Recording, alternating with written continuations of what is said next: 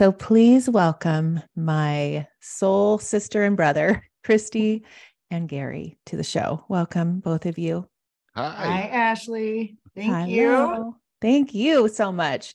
I'm still trying. I think I miss you guys. And it's been, 3 weeks since we've been together. And now I need more of my Gary and Christy time. And I had this inspired thought that after we had on Sunday at the retreat had talked about this new concept that white light has brought in, quantum life theory, QLT.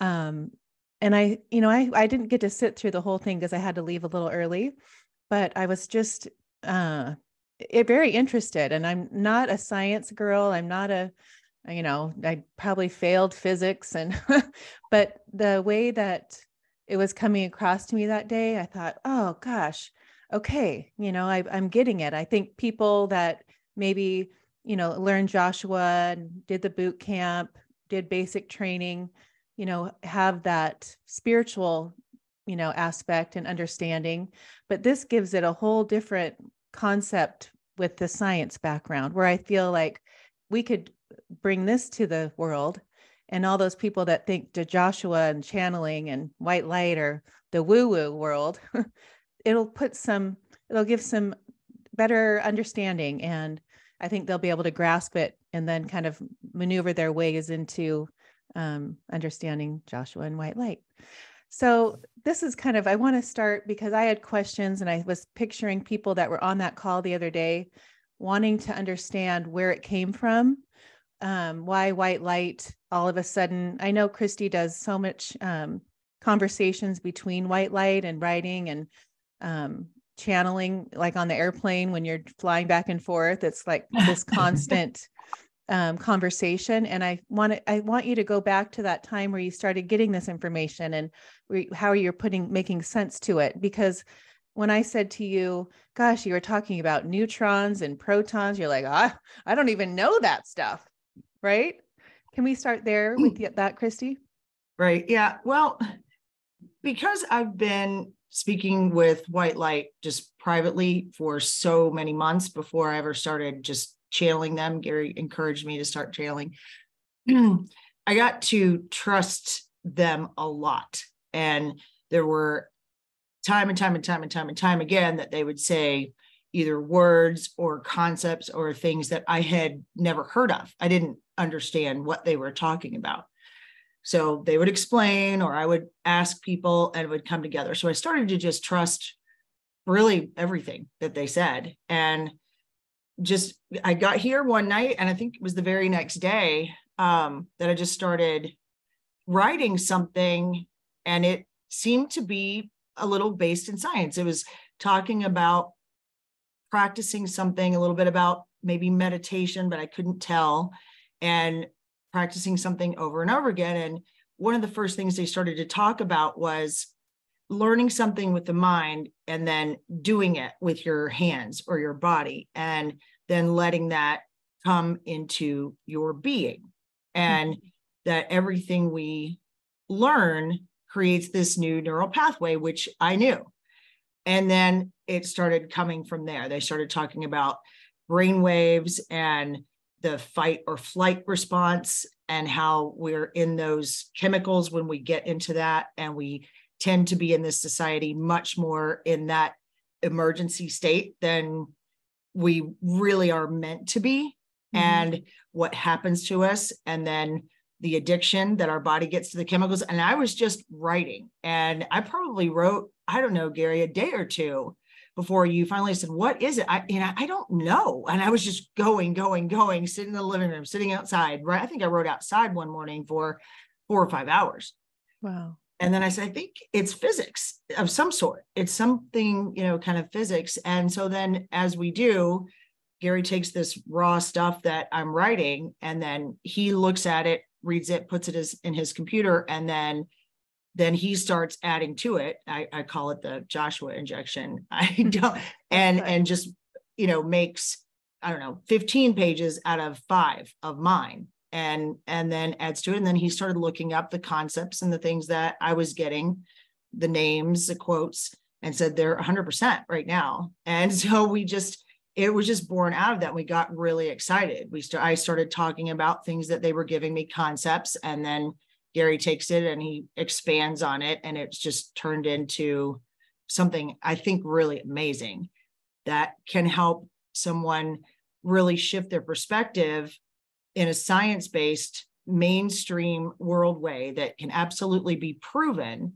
without using a lot of spiritual concepts, like you said, woo-woo stuff, without really discussing some of the beliefs that we have about our inner self and even source energy and past lives, some of those things that we believe that are not necessary to understand this and to work within the system of the universe, within the science of who we are, the biology of who we are, to change your perspective and change your life, to become healthy, to become wealthy, to, have great relationships. You don't need to do what we do in the way we do it. This is a completely different thing, and it will suit anybody, no matter what their belief structure is.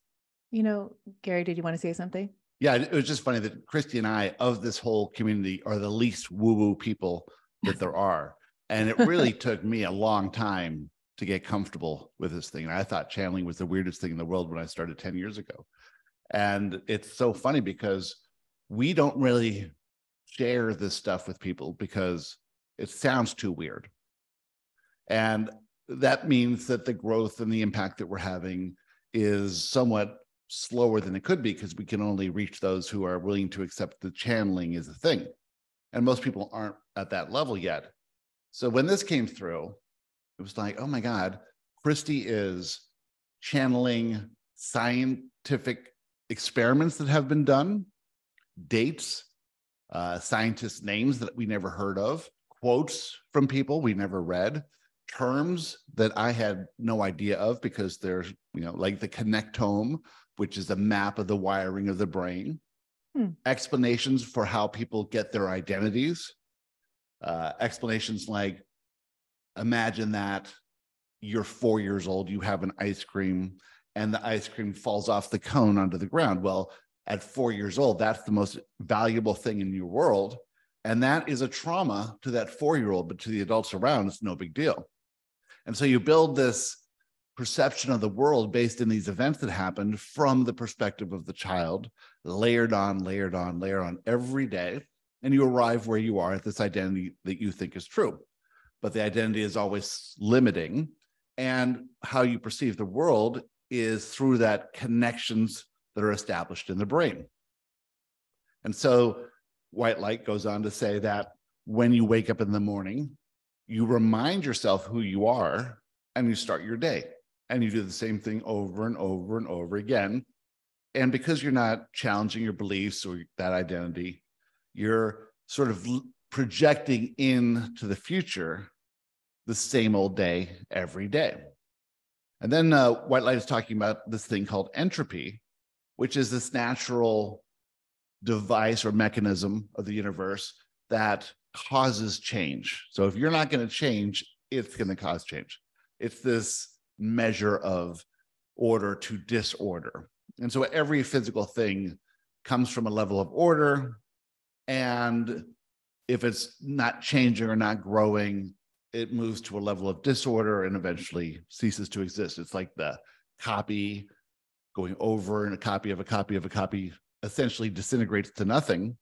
And that's what this whole quantum life theory is all about. How do we live in this life and embrace change and seek change and do things differently and actually create a thrilling life instead of the same old thing happening all the time? That's what this is. Right. When Christy is writing all these papers down and she hands them to you to put on the computer, and then you figure out how to get Joshua's take on that, will you explain that, how that works? Yeah, it's very easy because it'll be a concept and then Joshua will just elaborate on that. And it's seamless. So you really can't tell who's talking about what. It just goes in this way that it's like it's already been written and I'm just dictating or transposing it onto paper. And so it comes out in a form that is comprehensible to us and makes so much sense and is just incredible how it comes out. So this is how we did the basic training course. It was the same sort of thing. And so it starts with Christy having the inspiration, her having the idea, and then bringing concepts, the framework of it, and then Joshua just fills it in. Right. You know what I've noticed, and I've heard other people mention it as well, is that Joshua is going to this next level. And you say it's because of white light, Gary. Yeah. Tell me that. What happens is Joshua is a group of non-physical teachers and cheerleaders and coaches, and they're most interested in raising the perspective. So getting someone from this perspective to that perspective, a little bit higher, so that they can see themselves as more and more truthful, and giving them techniques to shift their understanding of their reality. But white light is pure information. Doesn't care. It's just you ask a question, it gives you the full answer, right? And so as I've been working with Christy and channeling and asking all these questions, she's channeling the answers, that I'm getting new insights that I didn't have before. And as I get new insights and new ideas, then as I'm channeling Joshua, those things can come out in another form that's really based in my ability to shift my belief systems to another level, thanks to Christy channeling white light. Right. It's just, to me, when I'm listening to you talk and just thinking a year ago today, would you say, gosh, in a year from now, we're going to be doing this together. We're going to be creating these courses together. I mean, isn't it just amazing to think like how it's all come together, and you can't imagine it any other way? And really, that's the key, is when you start to imagining what your future is going to be like, you put limits on it. Right. And we had gotten to a place, each of us, that things were sort of falling into place magically, but we had no clue what was going to happen. And then we just acted on inspiration and pushed past fear every step of the way. So it's hard to tell if any of that was our decision making or it was just going to happen anyway. Right. Totally. And just being with you both and having that time together, it's just, it just makes sense. Christy, I want to ask you a question about the entropy, because when I left that Sunday, I was on this journey because I'm such a routine person. I mean, at Pilates, I'm on the same machine every time. And if I don't, people go, why aren't you on that machine? And I'm like, oh my gosh, I'm that predictable. And I realized, I always talk about the hamster wheel, and, I'm so like with the girls being a mom, like trying to say, let's do something new today and trying to find what they love. And, so that kind of entered my mind when you were talking about the brick wall and how you wake up and that whole thing. But, I really started to, I understand that of when you like go to work a different way, go to a different grocery store, your perspective. So can you kind of go on that aspect of this? Yeah, thinking? sure. Well, I'll touch back on what Gary said about what happens with entropy. It really is, if you imagine a copy of a copy of a copy, things start to deteriorate. If you don't continuously learn something new, then that's all that's happening, is you're just regurgitating and then reliving the same experience really over and over and over. Now, if you wake up and you remember who you are and you remind yourself you have all sorts of emotion attached to everything you're thinking about. So your husband, your children, your work, your gym, all of these things all have an emotion attached to them.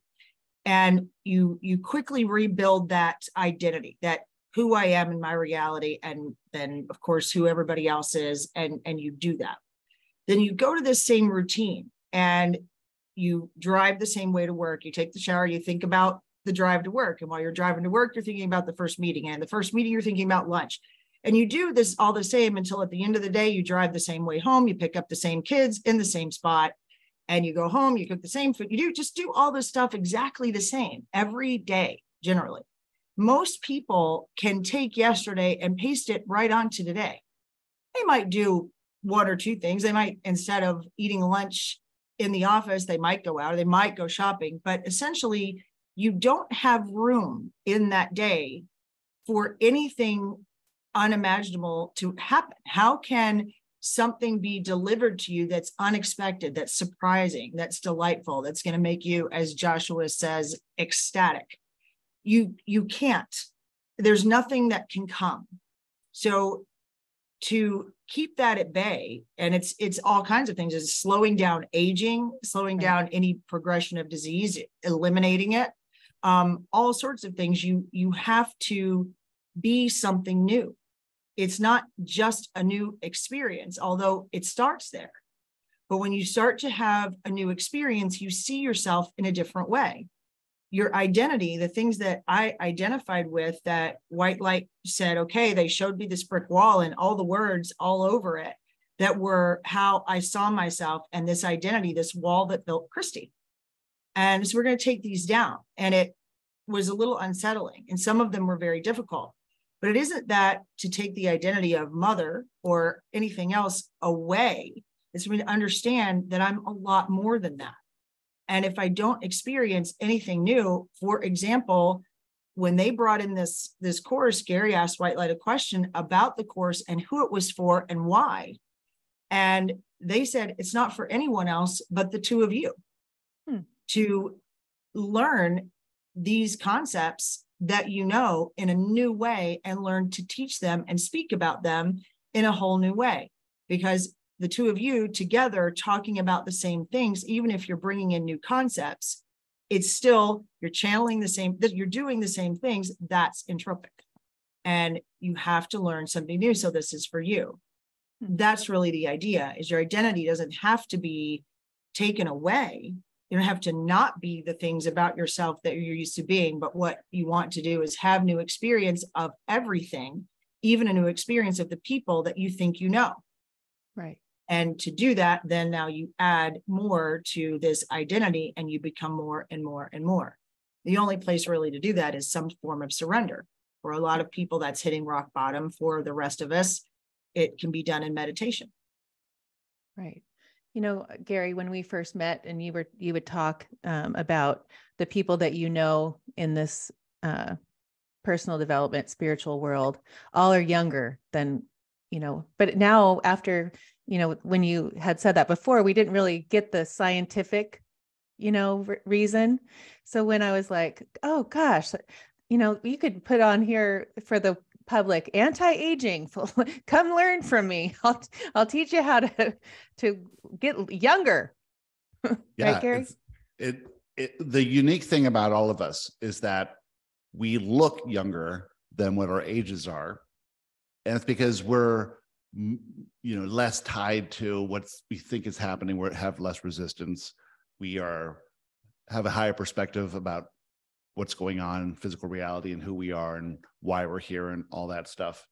But that is the reason, because we're living lives that are so different and doing things beyond our comfort zone and stepping out of that we're embracing things in a new way and having such a different take on life, that we're going more with the flow. So there's less resistance and less aging and less problems, and we're not believing anything that is brought to us in fear.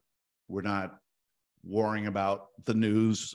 We're not even watching the news, things like that, because we're understanding that comes into your reality is a reflection of how you're being in that reality. And of course, that seems all woo-woo from the Joshua side, but now we're looking at this from the quantum life theory side, and we're saying, oh, that's the reason for it. So quantum life theory has these pillars to it.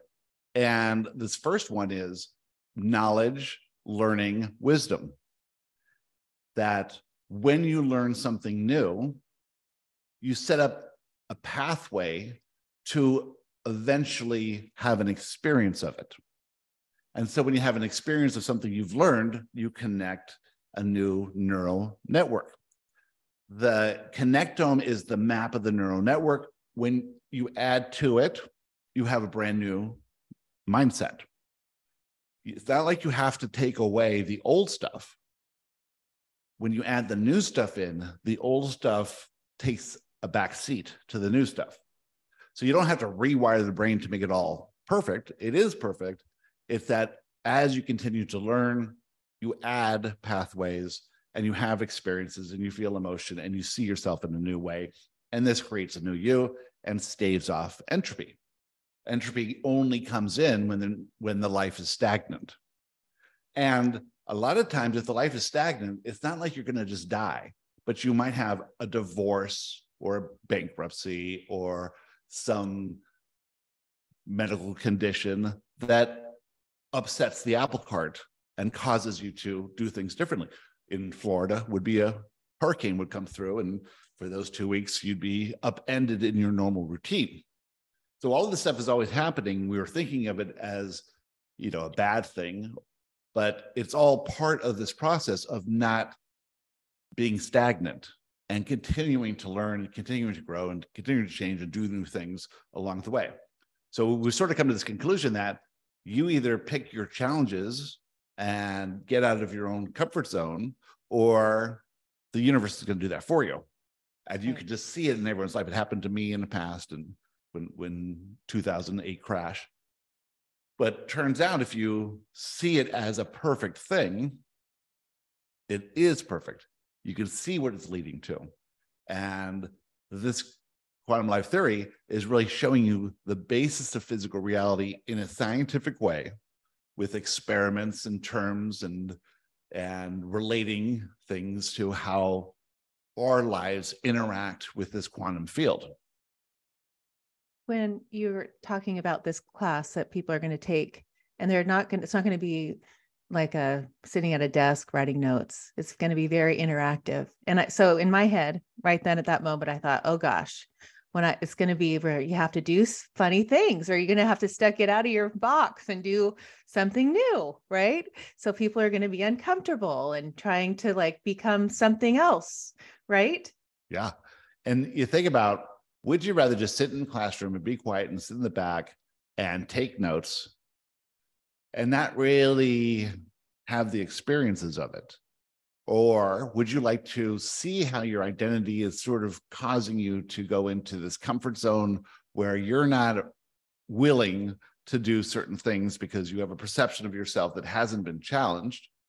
And now that it's challenged, you see yourself in a whole new light, because now you can do this. But it's all fun stuff. It's all silly. And the people who come are all like-minded. So they're all there and it's flipping. Just like when you came to the retreat, everyone comes going, oh no, I wonder what these people are like. And then in 5 minutes, you're in love with everyone. Right. When I was picturing when at that retreat, we're all together and we're, when you have that like-minded, I could picture us all going there and learning this quantum, I can just picture the same group coming in next weekend. We're all going to be there Thursday and go home on Monday, and we're going to do this together. I can just imagine, because everyone is just so, we're all connected and we know that we all have the same spirit guide. But I was just picturing that, a group like that where we're all teachers. And I know this is and I know I've always been a teacher, and I've always been drawn to things like this.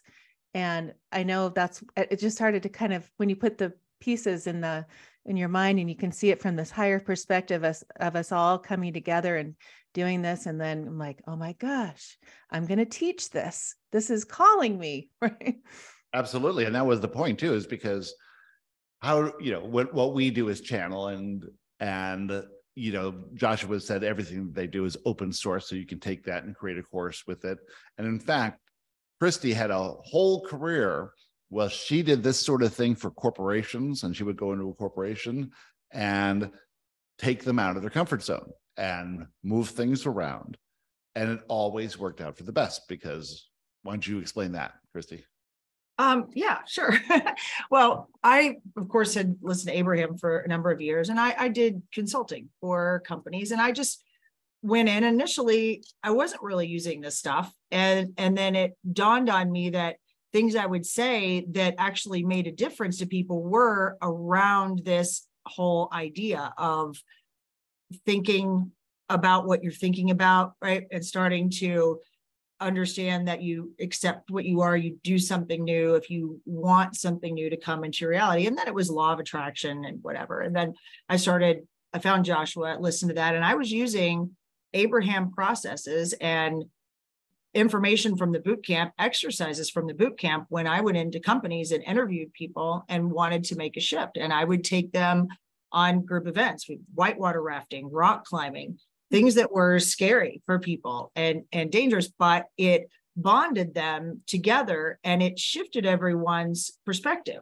of themselves. I moved people from one position to another position within the company where I could tell that they were better suited for that. They just were better suited, and just switching them over, moving them, people that I kept in the same positions, switched offices. I just did all sorts of things like that. And I didn't really know why until now, exactly why it worked like it did, but I had huge success with it and I couldn't really explain it. And I could never teach anyone else really to do what I did. Right. So I could have gotten much, much bigger, but I didn't know how, because I couldn't train someone to do what I intuitively did when I went into a company. Oh, so neat. I love now I have a little bit of a way to use it and explain it where I could teach someone else to do it. Right. Will you describe or explain becoming and the feeling part, those two words that we really talked about a lot too, is you have to become and then that feeling, you got to feel that feeling. Yes. Well, when people talk about law of attraction, they imagine that they can manifest anything through their thoughts, but that's not exactly true. You manifest through your feeling, and the manifestation of anything you want happens when you become it. So an easy example is you become a parent the minute your child is born. You're not a parent before or after. It happens simultaneously. You become a millionaire when the $1 million comes in. You may have certain actions to become the parent and to become the millionaire, but the manifestation of the thing happens when you become it. So the question is, what could you become? And why can't you become it now? Well, you can't become it because you have an idea about yourself that is not true. It's your identity. And to surrender that identity is to hit rock bottom and have to start over, like I did. Or you can do it through meditation, and you can do it through learning new things and understanding yourself from a higher perspective. This quantum life theory is a course that is taught in several modules over a course of time and is going to be generally a hands-on in-person thing. So obviously we will be certifying people to teach it. It'll be a structure that anyone could teach in any area where they are. Because it's science-based, it fits within the belief system of most people. So it'll be what we're understanding is a cultural phenomenon, because just a one weekend event will shift people's perspective so much that they will become something different after that weekend. And we are told that people will notice improvements in their health.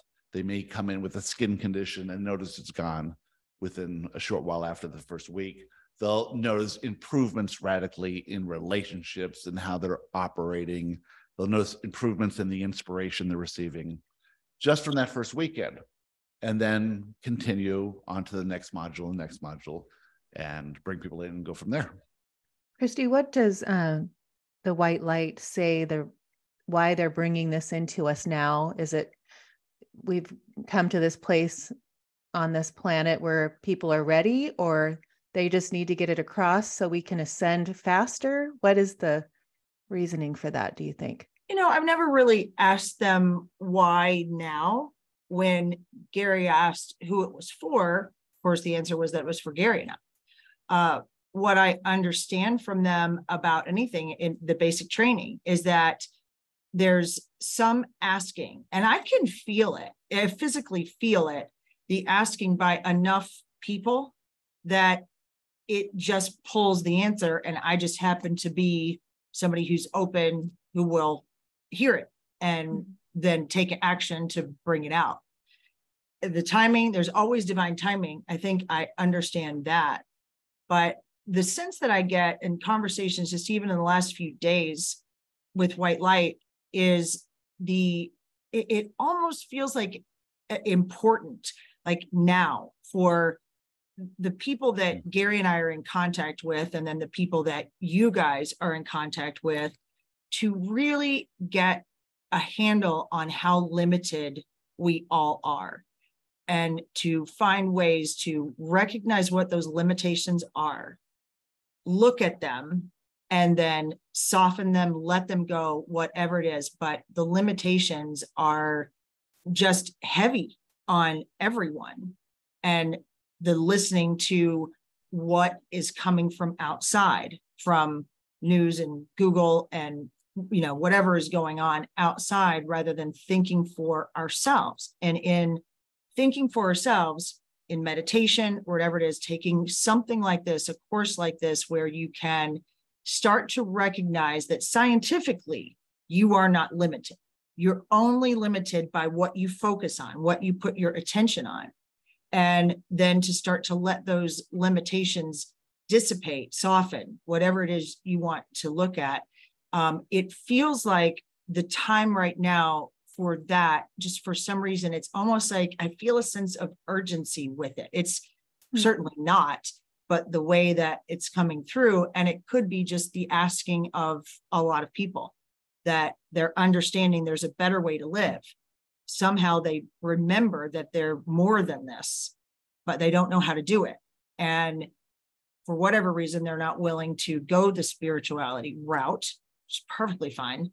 There's a reason this is going to come through this way, because you can use it with spirituality, but you can also use it with people that are religious or not at all, right? So I think it feels like that to me. It's like a time where people are wanting to understand why they are so limited, why they can't have the lives that they really want. And it's bubbling up in a sense. And this is just a way to teach people, to show them how the only reason they don't have the life they want is because of what they're listening to and what they're putting their attention on. And we just intend to teach them how to shift that attention to what they really want. It just came to me. Do you think we're all remembering this in some way? Like our soul is like, oh, this is what feels right. This is what, how I used to live in a past, my other lives, but this life has been so hard. And now we're going back to that feeling. Like, does that resonate? One thing that came to me was that for eons, humans have been toiling at some manual labor. Think about 200 years ago, most Americans were farmers or somehow involved in farm life. And they were always asking, how could I have a better life? How could I have more ease, more relaxation, more time, that sort of thing, where I'm not tied to all the things that I have to do every day just to survive and eat. So you think of those desires, and those desires came forward, and then technology came forward. And now we're really living the easiest life that any humans have ever lived. And we have the most ability to control it. We have great technology. We have relatively amazing, financial abundance and all these things. So it's very easy for us to,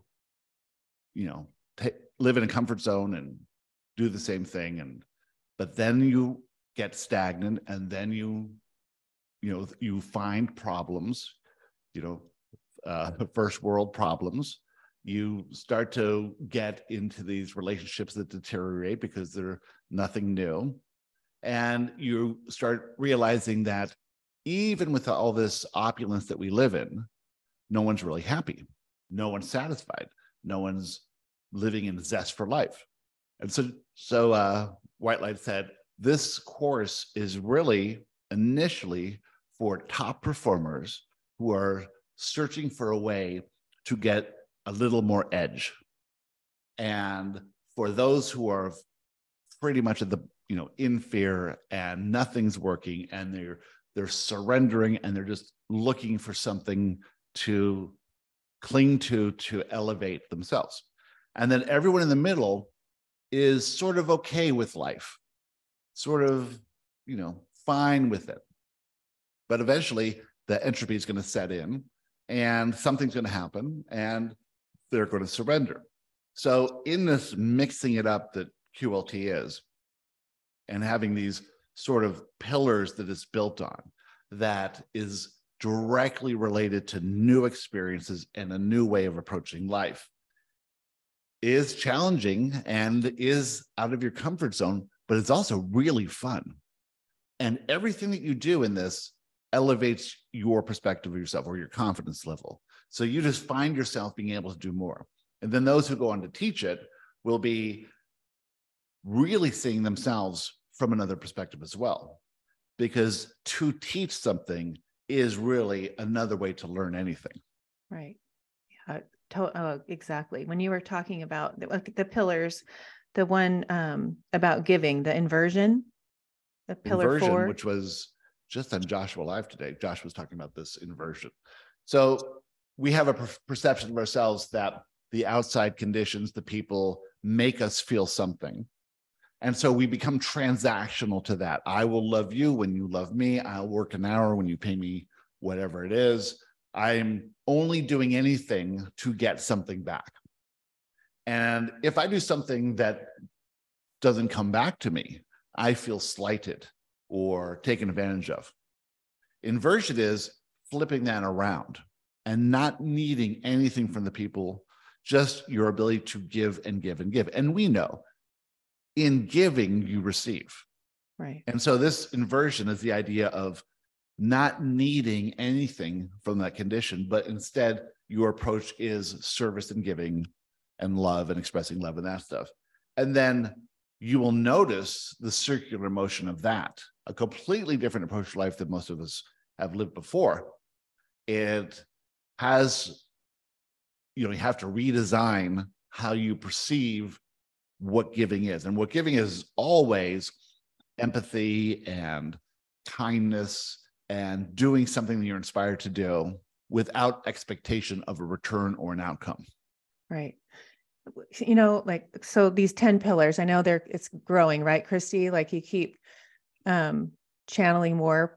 I think so. I haven't in a few days, but the 10 that we had originally, I think it's growing. I think there's going to end up being at least 2 more. So we have an idea there's going to be 12 for some reason, because for some 10 pillars doesn't seem like stable enough. It doesn't seem right. I know why the order? Why in the order that they are? Do you know that? Because I mean, it's learning and growing, or learning and wisdom, creating a novel approach, connection. So I'm reading those, and I'm thinking, I wonder if there's a reason for one, how it goes in order. Well, here's the thing. So when there'll be a module, which will be the introduction, and it'll be a weekend event, or a Saturday and a Sunday, and it will cover the entire thing all in one day. And then there'll be modules of each pillar and go into detail about those pillars, but those will all be random. You won't know which one you're going to go to. And so it doesn't have to be in order. It's just a list right now. And so actually nothing is in order. Everything that we're going to be doing in these courses are going to be randomized. There's not going to be, no one's going to sit in the same seat. No one's going to do the same thing. No one's going to be with the same people. It'll all be shuffled up. There's exercises about identity and shuffling that up, and all these fun games that we have that White Light brought in and Joshua brought in. And it's so really interesting about none of this needs to be in any specific order at all. It's just doing something new and in a way of learning it, and then creating a new wiring in the brain through emotion. Yeah, because I did the Ascension experience too. And at the beginning it was, you need to do it in this order, and I think I was thinking that way, like this, they kind of layer on each other. That's what I thought. And then after a while it was like, oh, take that one if you want, whatever one's calling you. There is no order. If you had to, Christy, if you were going to give this QLT, like a commercial or something that people would understand, what it would be, like this is what you were going to experience, and this is what QLT will do for your life. How would you word that? How would I read that? I think that I would probably start out with our what if. What if we were doing it all backwards? What if everything that we thought we knew and understood about education and hard work and honesty and charity and diet and exercise, what if all that is not what we believe it is? And the study and understanding of quantum physics and who we are at the very basic part of us will tell us that all of that is incorrect. And in quantum life theory, what you're going to learn is how you are an integral part of this universe, and how you think and how you feel matters, and what you put your attention on matters. And what we're going to teach in this is how you do that. How do you clear your mind, clear out the past and what you believe about yourself in order to make room for something completely new and the life that you always dreamed you could have? That's what it is. I love it. What have you done differently now that this is in your wheelhouse? What have you done differently in your mornings, or have you done something new every day? Are you shifting up? Are you trying to practice what you preach? It's so funny. Some of the it's silly little things, right? It's very silly little things, but I won't use my GPS anymore. I don't use it. I will allow myself, if I really don't know where I'm going, take a look on the map and see where it is, and then drive there intuitively and try to just trust that, to listen and trust. I've started brushing my teeth with my left hand. It's a complete disaster, right? Just little things like that. I very rarely look anything up on Google anymore. Not nearly. I would grab my phone and Google, I call it GTS, all the time. And now I think very carefully before I listen. And so, do I need to look that up? What is it? Can I let the answer come to me? Can I trust myself? And until I really feel a green light, I don't pick that thing up. Just little things like that right now that I'm noticing I'm doing. What about you, Gary? Well, and tell me your commercial too. I want to hear what you would say why people need to do that. Well, it is. What if there was a way to become anything you wanted to be? And what if how you thought that way could happen for you is not the way it's going to happen? And what if this reality that was based in Newtonian physics, the understanding of the mechanism of every small part, is incorrect? And once they understood it was incorrect, quantum physics, which is this doesn't work the way we thought it was going to work. It's completely magical. This neutron spinning around can have a quantum leap that's unexpected. This experiment, if it's observed, works this way, and if unobserved, works another way. And these two particles at the other end of the universe somehow are entangled and react exactly the same way at the same time. So if you're understanding that you're paying attention to what you were taught, and that everyone's believing the same thing, but no one is doing anything unimaginable. Everyone's living in the same box. The box that you think would be an ideal life is something you've seen someone else do. But you're unique, and so you can only discover what's right for you by ignoring what anyone else is doing. So how do you discover what that is? Well, that's an evolvement of your identity. Realizing that the life you're living now is because that's who you think you are. But that's who you think you are is a conglomeration of events and perceptions that you created at every moment all the way. Who your parents were dictates most of your life. In most people, the vast majority, they exist in the exact same demographic as the neighborhood that they grew up in. Very few people exceed that wealth limit of where that neighborhood was. Mhm. It's crazy. There's a really cool study that was done on English kids, and it's actually a documentary. And so they interviewed the kids at 7 and 14 and 21 and 30 and 28 and 35 every 7 years. And what's fascinating is the rich kids never got poor and the poor kids never got rich. Why not? They were the same all the way through. Nothing changed in their lives the whole way through. Well, that's saying that the conditions create who you are. But the conditions create a perception of who you are, and could you change that perception? And to do that, you'd have to change up what you think about yourself. Well, if you do the same thing all the time, you're never going to really change that up. My life and Christy's life has changed radically in the last several years. Crazy. And that's because we've dropped that identity and allowed this stuff to come in. But most people aren't going to channel right away, and most people aren't going to believe in channeling, but everyone's going to believe in this scientific stuff that's totally logical. And then when they come to an event and they go through that experience and they change how they see themselves just over a weekend, and then they notice how they feel and what's possible, and they notice inspiration flowing in, and they get excited about life. And then we create a unique blueprint for every person through that. And they have something to share with their friends and that sort of thing. I think that is a way that a lot of people will be able to elevate their perspective. Right. When you say blueprint, I know you talked about that, but it's individual blueprints.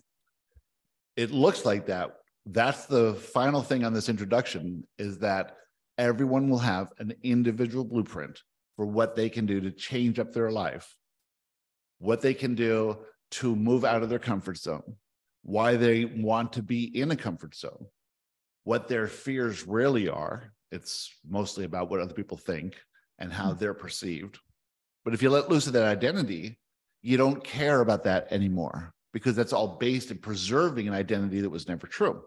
So once that identity becomes malleable, then if someone doesn't like what you're doing, which will never happen, it's just that fear of it, then you don't really care, because that's an old identity and you're forging something new.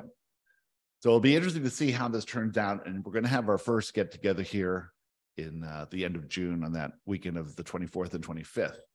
And for the first time, go through it with a group of people and see how it turns out, and make some videos and make a podcast out of it and see what happens. Yeah, fun.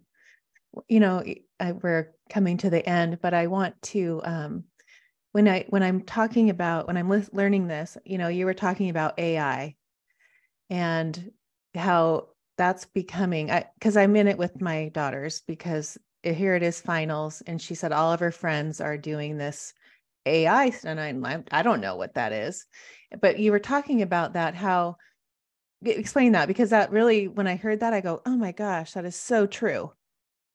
Well, a lot of people think AI is going to, get so smart they'll obliterate the human race. Well, that's really not the problem. The problem that no one's talking about is we will get so used to believing whatever Right. AI comes back with, that we'll just accept it and we will not go in and find our own answers. The AI will present that answer in such a clever way that we will simply believe it and take that to heart as if it's true. But the AI is just scrounging around in the web in previous human knowledge, and it's compiling an answer that makes sense to us. But as we know, as we learn and grow, the old stuff is always replaced with the new stuff. And what we're really finding out is all the wisdom is within us all the time. We can access it, we just don't believe it. Right. When you start going in meditation, you will start accessing information. When you raise your perspective of who you are, you have access to more stuff. But if you rely on AI to give you one answer and you believe that answer, or if you have it do work for you that stops you from being creative yourself, then you fall into a repetition, that entropy that ensues. Right. Well, exactly. Because it was doing these reports, and she was saying, oh, they're all using this AI. And I said, what are you talking about? Like, how are these kids going to learn? How are they going to be creative? And, talk about entropy. Like, I mean, I don't know, like, thank you, White Light, for bringing this in, because it's needed. Like, it's almost like on the cusp of like, what is going on in this educational system and these children that are being raised right now in this school. It is really interesting. I think that's why, months ago when I was driving, White Light said, why do you have that GPS on? You've been there 5 times. Just have it, right? Put it down. And I put it down. Don't listen to your intuition. And that's what this quantum life theory is about, letting everyone, these kids, everyone understand this quantum field is you. It's in you. You're in it, but it is also connected to everything else. So all the answers, all the intelligence, everything is there. Every possibility for you is in there. Everything exists there. You just have to look toward it and ask for it. And there it is. So if you understand, AI is giving you back what humans have put in over and over again, eventually that's going to deteriorate. And what's going to come back when someone stares at that phone and says, what do I do now? And some absolute nonsense comes back, their reality is going to start to fall apart. Right. Right. And that is insane.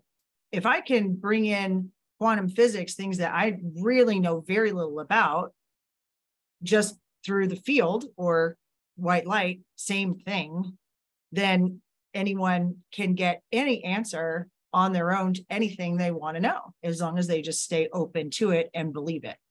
But the limitations are the issue. No one believes it. And that's what we want to change and shift, with helping them understand the science, and then what they're doing, why they're doing it, and then how to do it. It gets much easier if you know what you're going to do, and you know why you're going to do it. Then it's easy for Gary and I to show everyone how. Right. And I think that's a lot of it. Yes, go ahead, Gary. Think about you starting a podcast, and the inspiration comes, and the noises or the voices in your head say, that's going to be a waste of time. Who's going to listen? What will I sound like? Will it even work? Will anyone even want to come on the show? Any of this stuff. And then you do it, and you persevere, and you stack episode on top of episode, and you grow and you grow and you grow. And then you get confident. And then now you've become a podcaster, and you have all the fun conversations that you've had, and all the fun connections that you've made with people, and all the courses that have come to you because of that step. But that step is taking you out of your comfort zone because it's something new. Right. And if you can get good at embracing something new and just getting through that doubt and those voices, and realize that, sure, there's this part of you that wants to keep you safe, but it's just limiting, you can do anything you're inspired to do. Right. Yeah, no, I mean, that's a perfect example, because those words were in my head, and I wondered, why was that telling me to do this podcast? Like, who's telling me that? Like, who are you? But I do a lot of automatic writing, and I've done a lot more than like the last year. And I'll go back and realize, like, I don't know that word. And I wrote that. And I try to encourage that with, my girls for sure. And then people that I help, but, to realize the power is within you, and you have all the answers.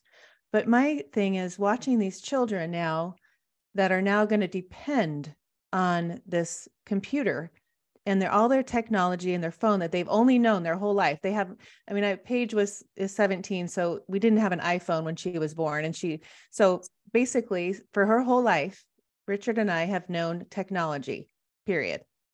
So that's all she knows. And now she's looking at these reports that she has to answer, and they're going to put it in there. She didn't do it because I didn't let her, but all her friends are like, I said, well, what are they going to learn? But my other part of it was because what we know of the children coming to this earth right now, and how their vibration is so much higher, and they're so much more ready for this new earth. But now what is that? I know everything's perfect, but it just really kind of threw me for a loop the other day when I was like, what? They can do that?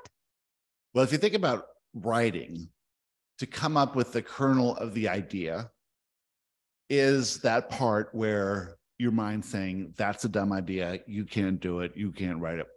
And so if you just had a little bit of a template or a little bit of head start, AI writes something, and then that inspires you to really build onto that, to create something new out of that that's completely unique, then that's a time saver, and it's fine.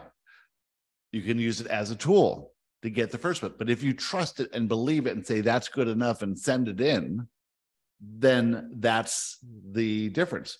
So everyone's going to have to look at how they want to be, and how you want to be is what you think you're capable of. And if you think you're a failure, if you have that limiting belief, because that's an identity that was fostered on you by the upbringing that you had, then you can get over that if you want to, if you realize that your identity is not you. It's just who you believe yourself to be. And there are limiting beliefs in there that are not true. If you can get across that idea that you can do anything, no matter what you believe about yourself, that is never true. And that's the thing that I think that we're doing here, is that we're just showing people that whatever you think about yourself is not true. There's much more to it than that. Right. Yeah, I love it. Oh, thank you both so much. That hour, of course, goes by so fast. So fast. Unbelievable. Oh my goodness. But thank you. And I get excited because I wish I could come in June, but I will be there. I know that it will be perfect timing, divine time. Yeah. And I will be one of those teachers for sure. I'm glad. That's great. You're perfect. I don't know if I'm perfect. That, but I just really, it's, why I wanted you both to come on is that I really feel like it is the next thing, and it is layering upon my learning. And it's, I could do manifestation event forms and, all the stuff that we've learned from Joshua and all the things. And I think it kind of takes you to that, the identity thing is really huge to me. And I would hope that people that do listen to this and understand that, gosh, everything that you think you are, you're not. Right. You've just been programmed. It's like a computer. You've been programmed your whole life to think you are those things. Right. Yeah. The duality and all of that. It's just subjective. So that's right. Yeah, that's great. It's so good to see you. Thank you for letting us do this. Thank you. Thank you so much. I miss you too. Can't wait to see you guys again.